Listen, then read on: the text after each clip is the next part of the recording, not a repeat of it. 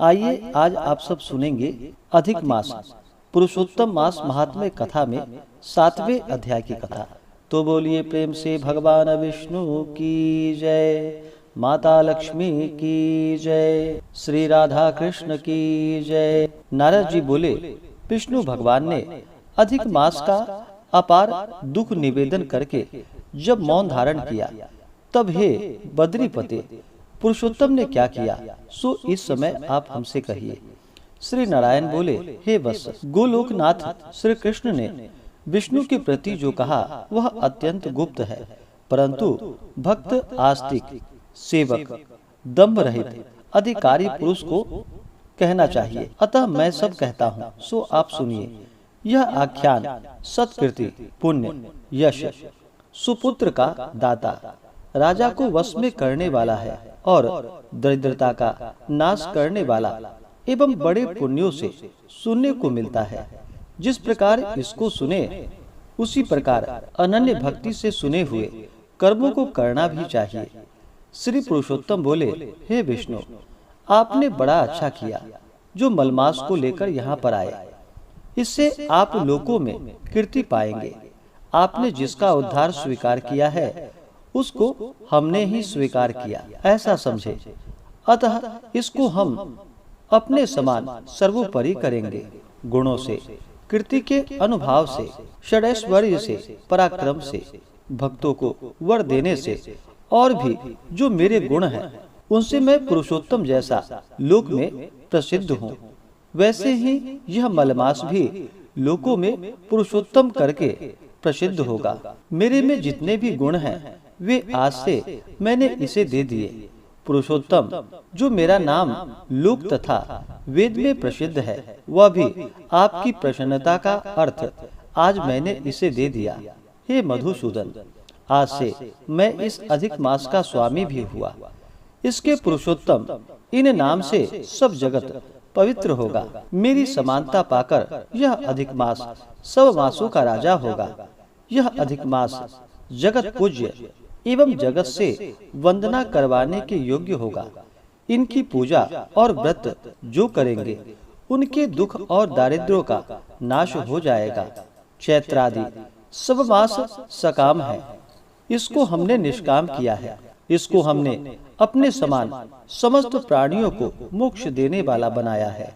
जो प्राणी सकाम अथवा निष्काम होकर अधिक मास का पूजन करेगा वह अपने सब कर्मों को भस्म कर निश्चय मुझको प्राप्त होगा। जिस परम पद प्राप्ति के लिए बड़े बड़े भाग्य वाले यति ब्रह्मचारी लोग तप करते हैं और महात्मा लोग निराहार व्रत करते हैं एवं दृढ़ व्रत लोग फल पत्ता वायु भक्षण कर रहते हैं और काम क्रोध रहित जितेंद्रिय रहते हैं, वे और वर्षा काल में मैदान में रहने वाले, जाड़े में शीत, गर्मी में धूप सहन करने वाले मेरे पद के लिए यत्न करते रहते हैं।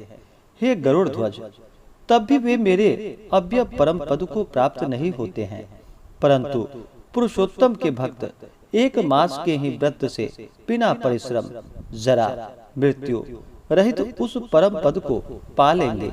यह अधिक मास व्रत संपूर्ण साधनों में श्रेष्ठ साधन है और समस्त कामनाओं के फल की सिद्धि को देने वाला है। अतः इस पुरुषोत्तम मास का व्रत सबको करना चाहिए। हल से खेत में बोए हुए बीज जैसे करोड़ों गुना बढ़ते हैं, तैसे ही मेरे पुरुषोत्तम मास में किया हुआ पुण्य करोड़ों गुना अधिक होता है। कोई चातुर्य मास आदि यज्ञ करने से स्वर्ग में जाते हैं, वह भी भोगों को भोग कर पृथ्वी पर आते हैं, परंतु जो पुरुष आदर से विधि पूर्वक अधिक मास का व्रत करता है वह अपने समस्त कुल का उद्धार कर मेरे में लीन हो जाता है। इसमें संशय नहीं है। मुझे प्राप्त होकर प्राणी पुनः जन्म मृत्यु भय से युक्त एवं आदि व्याधि और जरा से ग्रस्त संसार में फिर नहीं आता। जहाँ जाकर फिर पतन नहीं होता सो मेरे परम धाम है।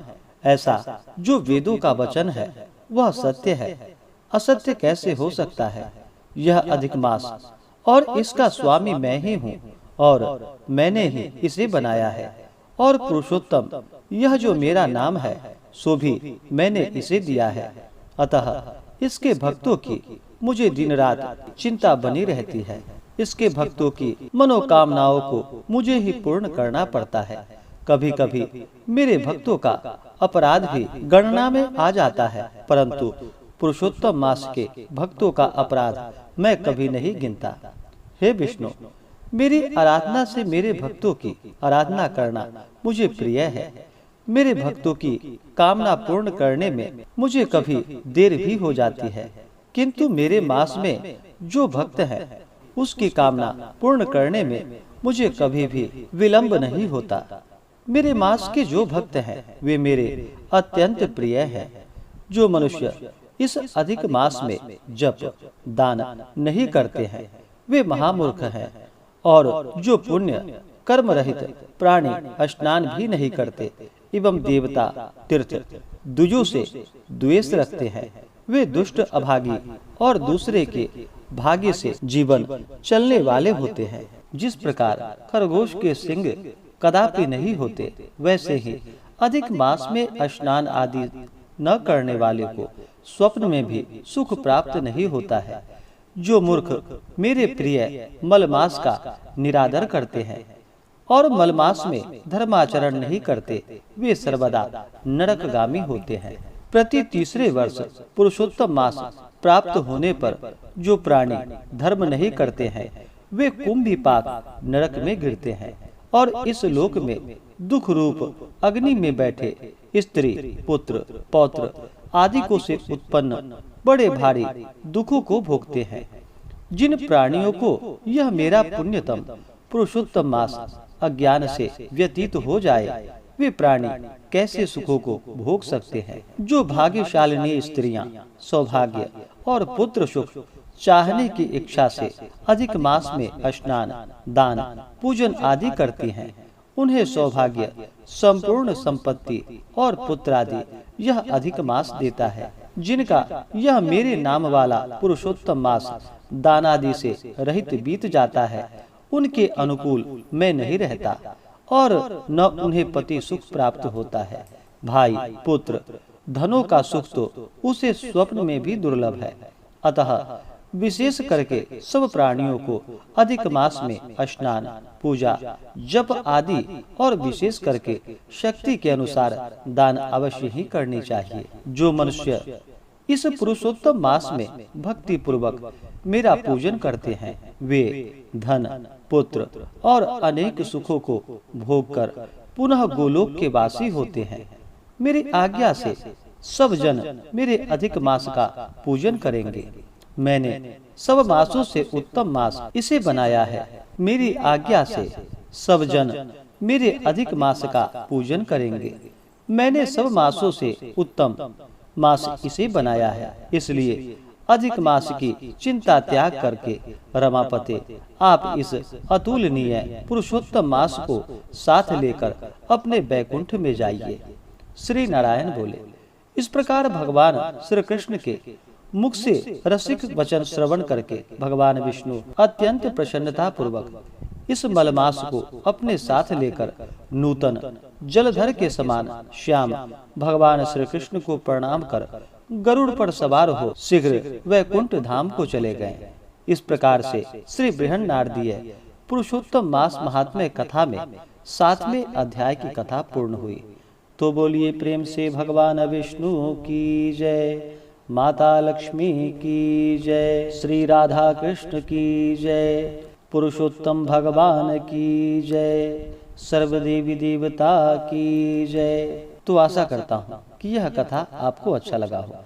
इसके आगे की कथा जो कि आप अगले अध्याय में श्रवण करेंगे। इसी प्रकार से ज्ञानवर्धक जानकारियाँ प्राप्त करते रहने के लिए हमारे चैनल पे अगर आप नए हैं तो चैनल को लाल बटन दबा करके सब्सक्राइब करें, साथ में बेल आइकन घंटी को दबाएं ताकि मेरे वीडियो का नोटिफिकेशन आपको समय से मिलता रहे।